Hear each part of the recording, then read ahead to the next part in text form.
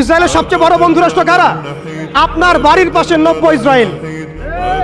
আমরা বড় ইসরায়েল সম্পর্কে সচেতন আছি কম বেশি, কিন্তু আপনার ঘরের পাশেই নব্য ইসরায়েলের জন্ম হয়েছে, এই ব্যাপারে আমাদের সচেতনতা নাই।